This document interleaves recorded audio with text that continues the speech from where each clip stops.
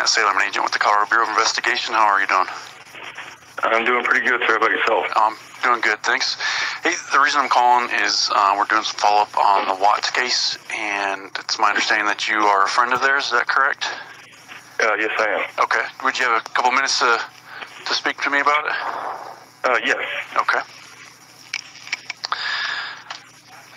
First of all, let me just get some identifying information from you. Okay. What is your last name? My last name is Jamieson. How do you spell? Jamieson. Okay. And date of birth for you? April 4th, 1984. Is this the best phone number to get a hold of you? Yes, it is. Okay. And how about an address for you? My address is 6061 29 Palms, California, 92277. And that was Bagley, like Bagley? Yes. Okay.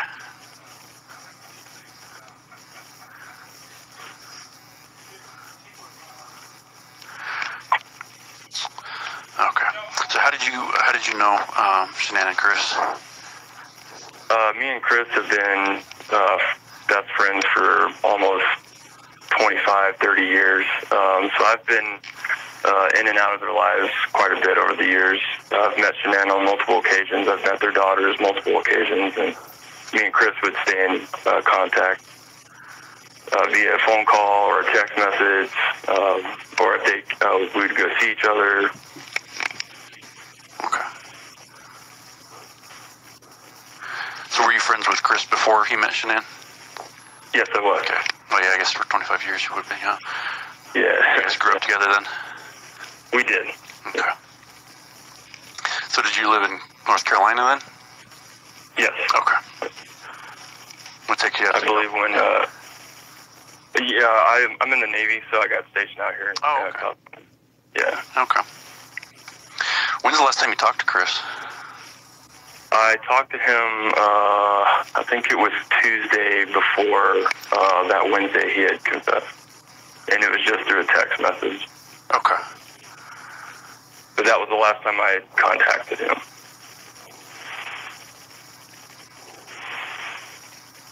Did you initiate that, or did he? I initiated it. Okay.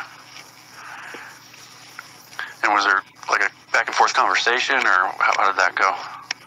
No, it was just me basically saying, I hope he's okay, I hope the family's okay, that I knew he was busy and he's probably got a lot going on, and that if he needed to speak to me or if he needed anyone to talk to, he could let me know. And then he just reached back and said, thanks, man, and yeah, he's been busy, right. And that was it. Okay. So before that, when's the last time you had like a conversation with him?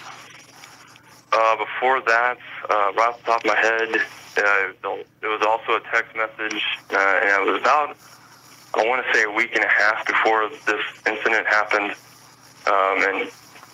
Again, it was just through text message. And I was basically telling him, like, hey, man, reach out to me, like, talk to me. And he would text me back, but he never called me, and we never saw each other. Okay. Yeah. Was that unusual? No, I just knew he was busy. I just knew he had a lot of things going on.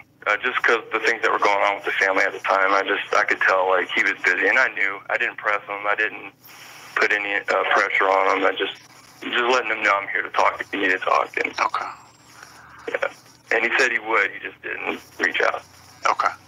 And I'm just for my clarification, this is the text message before they went missing? Yes. Okay. Yes. So what kind of family things were going on? I just knew that Shanann and his mom, Cindy, were fighting again, because Cindy had called me and told me that they had started fighting again, and I kind of was a little upset with Chris, because I texted Chris and just let him know, like, hey, man, this has got to stop. Like, I'm tired of hearing this.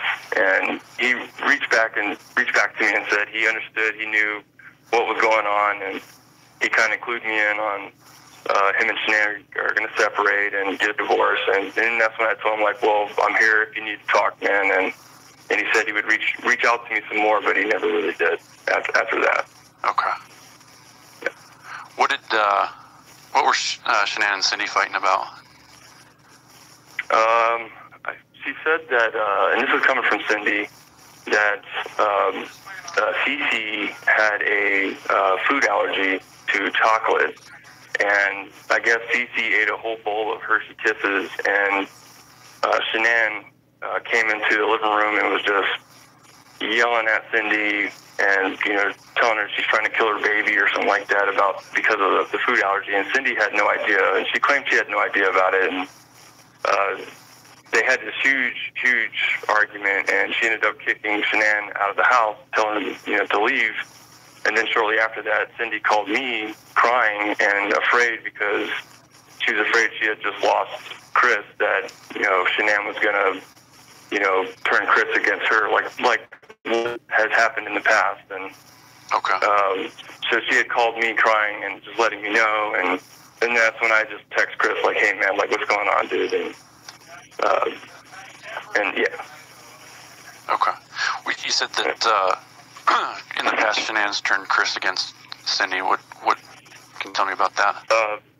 Yeah, so right around the time when they were engaged, I believe, Chris and Shanann were engaged, this huge fight between Cindy, Jamie, and Shanann was taking place, and they all felt like Shanann was trying to turn Chris against the family, and for a little bit there, Chris was on Shanann's side, not really defending his family. But I guess over the course of a year or two, they ended up patching things up, and they finally made amends, and they had back to a talking relationship again. And then this happened, and so it was we're basically going back to square one. Gotcha. And so could you tell, was Chris taking Shanann's side again in the fight about the food allergy thing? Yeah, so Cindy did say that Chris initially was on Shanann's side, like he was upset with his family. But then out of nowhere, Cindy did text me or call me again and say that Chris has decided to separate from Shanann. Okay. And then all of a sudden, it was Chris, he was even telling me during the text messages that he had seen the true side of Shanann and that he is done. He doesn't want to be with her anymore. And so we're like, okay. And that's what I was like, hey, man, I'm here if you want to talk. I understand this is going to be a big process, so just let me know, man. And he said he would, but he never reached out. Okay. Do you know what he meant by that when he said he saw the true side of Shanann?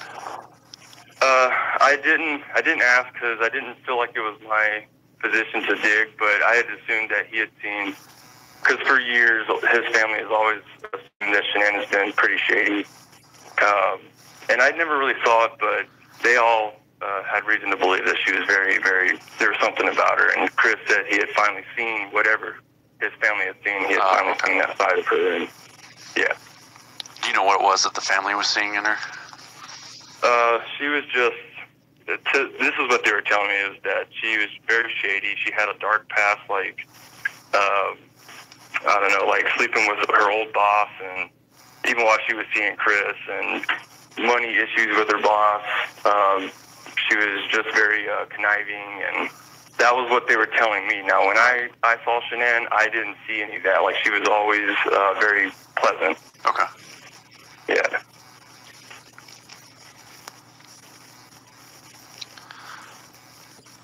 So you never had any issues with Shanann?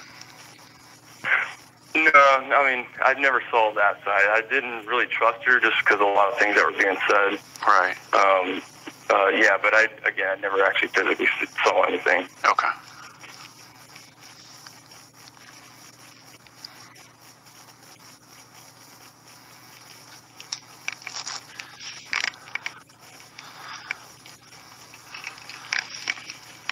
Sorry, my pen just died. I had to find another one.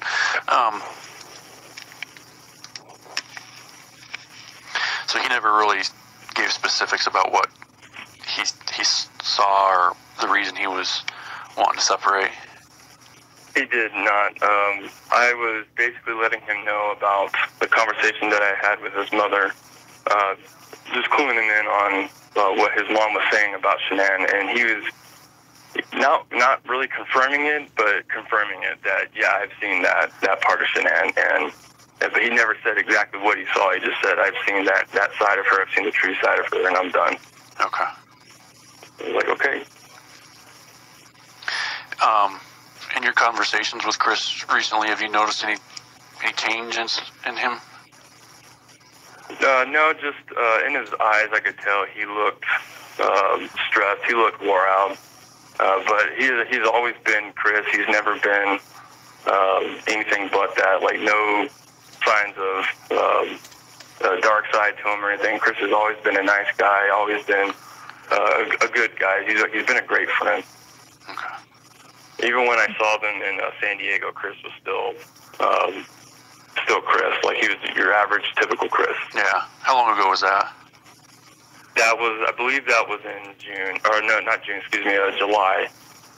I can't remember off the top of my head, but they came down for a trip, for a company trip. And okay. They only stayed for like a weekend, but I went down to see them one day. Okay.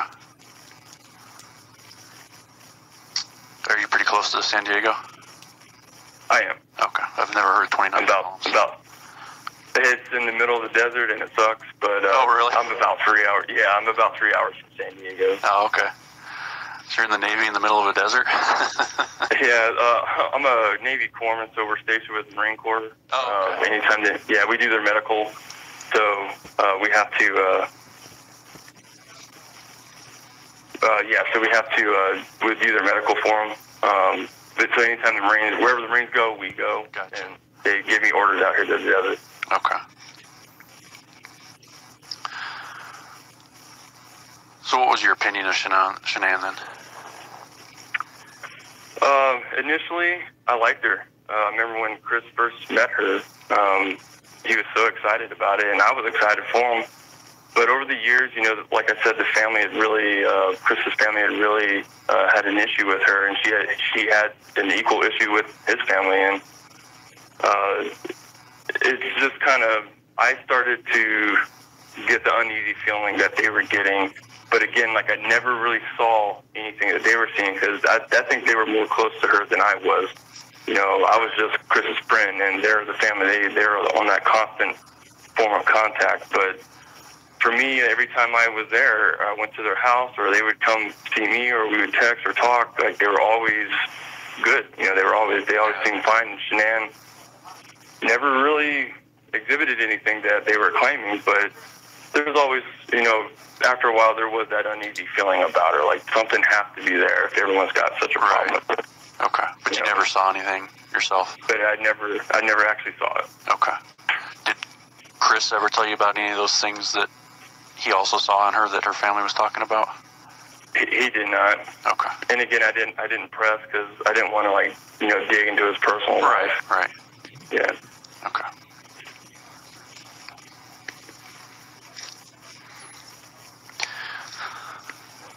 And obviously you liked Chris because you were friends with him for 25 years, but what can you tell me about him? Chris, he has always been a quiet guy. He only opens up to the people that he's comfortable with. He's the type of guy that would do anything for you. He'd bend over backwards for you, and he's been there for me multiple times when I went through issues with relationships or whatever. Like, Chris is, he's been a brother to me, big time, and I still love him as a brother. Like, this all comes as a shock, but still, like, Chris is a good guy, and the way the media is painting him out to be, that's not Chris at all. Yeah. Okay. Yeah. And he loved his daughters very, very much. Did you ever know him to have a temper? I have never seen a mean side to Chris ever. Okay. He's much like his mother. His mother's very kind-hearted and sweethearted, and Chris is relatively the same way.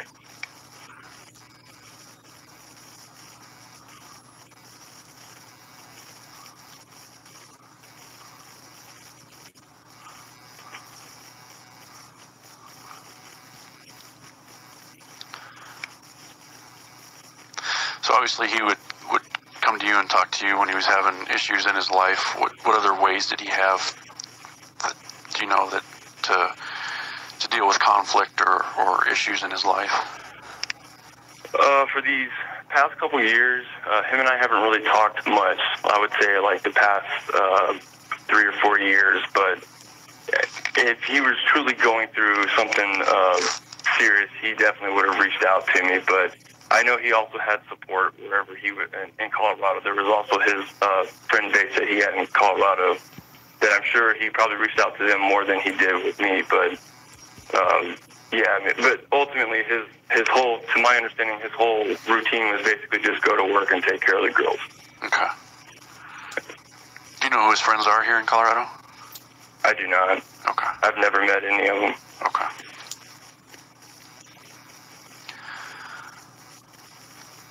How about any other friends of his that you know of that we could talk to? Off the top of my head, I honestly don't know. Okay.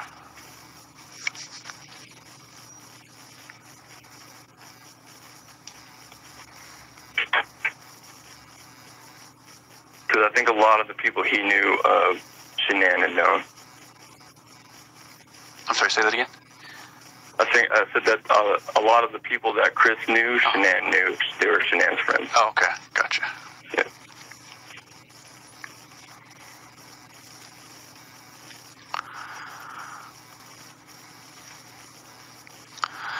All right. Is there anything else that you think we should know about either Chris or Shanann or their relationship or the girls or anything else?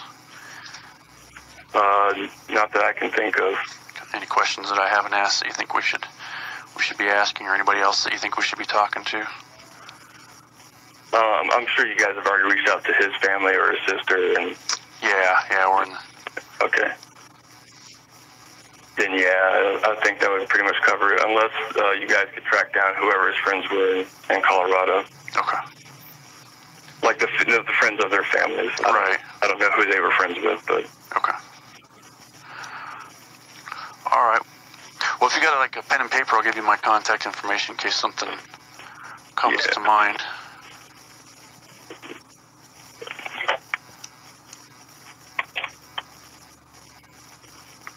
Okay, go ahead. My name is Matt Saylor, Sailor. Okay. Just like the Navy. Right on. And I'm an agent with the Colorado Bureau of Investigation, CBI.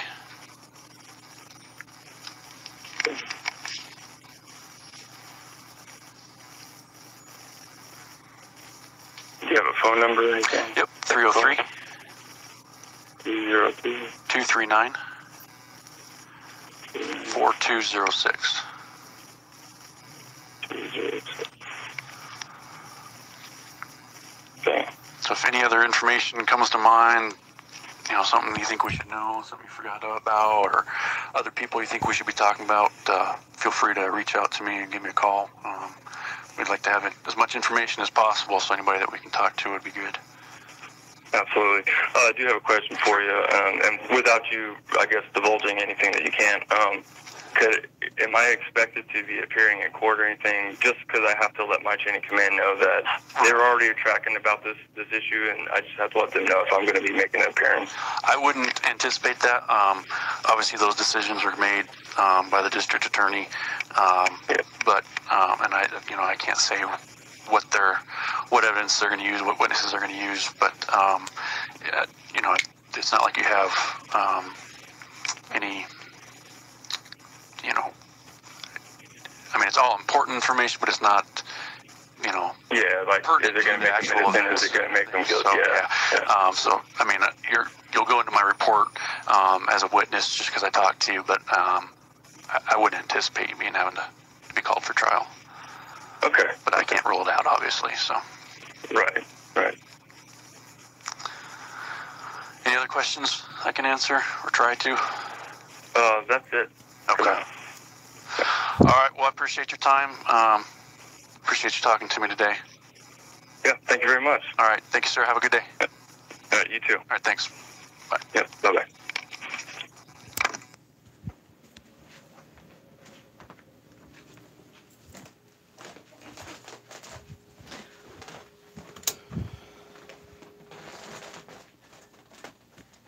Okay, guys, so that was the interview with Mark Jamieson. He is the best friend of Chris Watts for 25 years. And, you know, it appears as if there aren't some nice things that Shanann has done in the past. But the bottom line is, no matter how mean she was, no matter how angry she was, no matter how much she tried to divide the family or whatever it is that he says that he noticed, it's no reason for her to be killed. It's no reason for her to have died. So that's really what the biggest, you know, question here is why did that have to happen? You know, why did you have to kill your entire family? You know, not all of it makes very much sense to us right now. But bottom line is, no matter what, you know, Shanann did throughout her relationship and life, she didn't deserve to die. So, you know, this is something you cannot reverse from. So, yeah, like, I mean, we're just going to continue plowing through this. And for those of you interested in signing the petition for Nicole Kessinger, it is on the previous video to this one. I hope that you guys all have a wonderful sort of rest of your TGIM. Thank God it's Monday. And honestly, I hope that you guys have a great rest of the day. We will continue plowing through this as we go along. So thank you for watching. Thanks for your support. I love all of you guys. Mwah, mwah. And we'll see you again soon, okay? Bye for now.